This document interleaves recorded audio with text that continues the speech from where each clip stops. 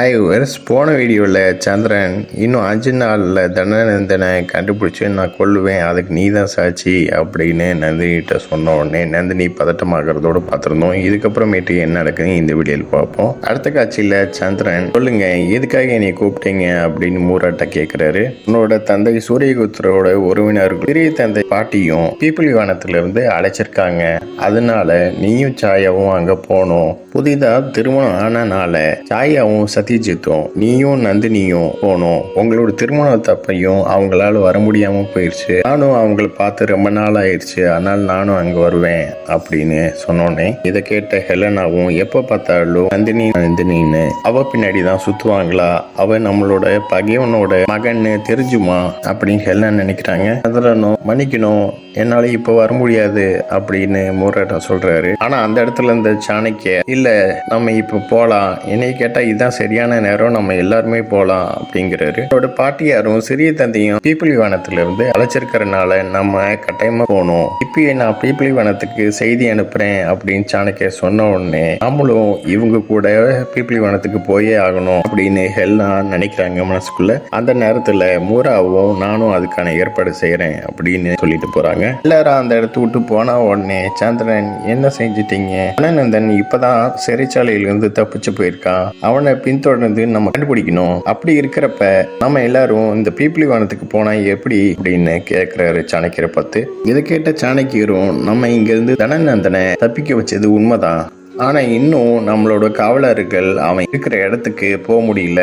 இதோட அர்த்தம் எனக்கு நல்லா தெளிவா புரியுது. நம்மளோட திட்டம் எல்லாமே நந்தனோட அமைச்சருக்கு முன்னாடியே தெரிஞ்சிருக்கு, அதனாலதான் அங்கிருந்து இரவோட இரவா அவங்க தப்பிச்சு போயிட்டாங்க. இப்ப நந்தனோட மகனையும் நந்தனையும் நம்ம பிடிக்க முடியல, நம்மளோட காவலர்கள் இன்னும் தேடிக்கிட்டு தான் இருக்காங்க அப்படின்னு சாணக்கியர் சொன்னோன்னே இப்ப நம்ம என்ன செய்ய அப்படின்னு சந்திரன் கேட்கிறாரு. இதை கேட்ட சாணக்கியர், ஒரு வழி இருக்கு, நந்தனோட பலவீனம் இன்னும் நம்ம கையில தான் இருக்கு, அதை நம்ம பயன்படுத்தலாம் அப்படின்னு சாணக்கியர் சொன்ன உடனே சந்திரன், பலவீனமா அப்படின்னு கேட்கிறாரு. ஆமா நந்தினி அப்படின்னு சாணக்கியர் சொல்றாரு.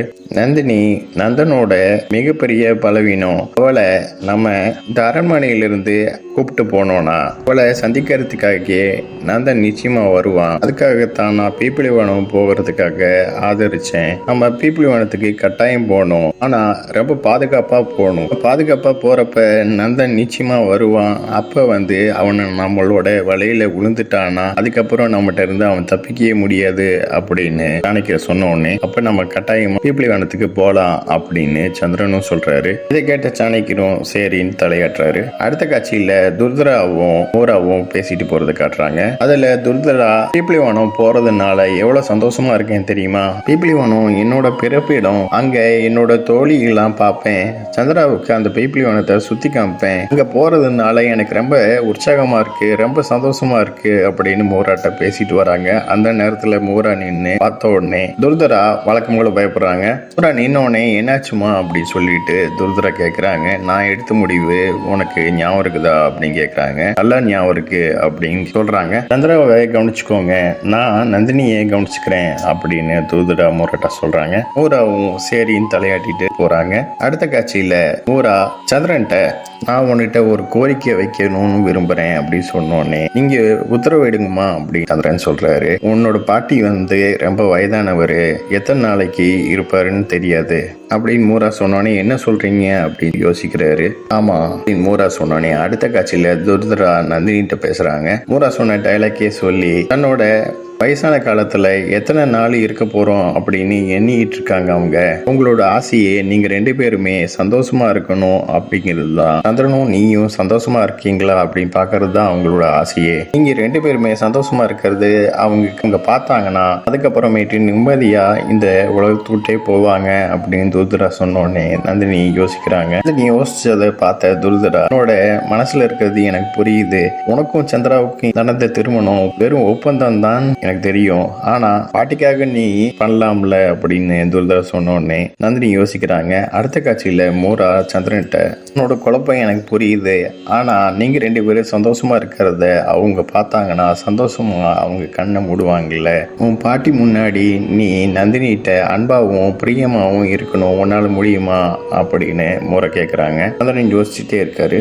அடுத்த காட்சியில நந்தினி காட்டுறாங்க, அதுக்கு வாய்ப்பே இல்லை அப்படின்னு துருதரட்ட சொல்றாங்க. அடுத்த காட்சியில மூரா சந்திரன்கிட்ட, உன்னோட பாட்டிக்காக இதை கூட நீ செய்ய மாட்டியா? உன்னோட தந்தையோட தாயாவ கொஞ்ச நாளைக்கு அவளை பழிவாங்கிறத நீ மறக்க கூட மாட்டியா அப்படின்னு சந்திரனை பார்த்து கேட்குறாங்க. இதை கேட்ட சந்திரன், நான் இப்படி செய்ய மாட்டேன்னு நான் என்னைக்கு சொன்னேன்? ஆனா பாட்டி முன்னாடி நான் பேசவே மாட்டேன் அவட்ட அப்படிங்கிறாரு. மூராவும், என்ன நினைச்சிட்டு இருக்க? இதெல்லாம் செஞ்சேன்னா எல்லாமே சரியாயிரும் நீ நினைக்கிறியா? அவங்க உன் தந்தையோட தாய், அவங்களால எதையும் கண்டுபிடிக்க முடியாதுன்னு நீ நினைக்கிறியா அப்படின்னு மூரா கேட்குறாங்க. இதை கேட்ட சந்திரனும் யோசிக்கிறாரு. அடுத்த காட்சியில நந்தினியும் யோசிச்சுட்டு இருக்காங்க. துருதரா சொன்னதெல்லாம் கேட்டு அந்த நேரத்துல ஹெல்னா சொன்ன விஷயத்த ஞாபகப்படுத்தி பார்க்குறாங்க. நீ சந்திராவோட கடினமா நடந்துக்கணும் அப்படின்னு சொன்ன விஷயத்த நினைச்சு பார்க்குறாங்க நந்தினி. ஹெல்னா சொன்ன விஷயத்தெல்லாம் நினைச்சு பார்த்துட்டு, இல்ல துருதரா, இந்த விஷயமெல்லாம் நடக்காது, நீ எவ்வளவுதான் சொன்னாலும் இதுக்கு நான் ஒத்துழைக்க மாட்டேன் அப்படின்னு நந்தினி சொல்றாங்க. இதோட இந்த எபிசோட் முடியுது. நெக்ஸ்ட் எபிசோட்ல பார்க்கலாம். இந்த சேனல் சப்ஸ்கிரைப் பண்ணுங்க, பெல் பட்டனை பிரஸ் பண்ணுங்க, லைக் பண்ணுங்க, ஷேர் பண்ணுங்க. தேங்க்யூ.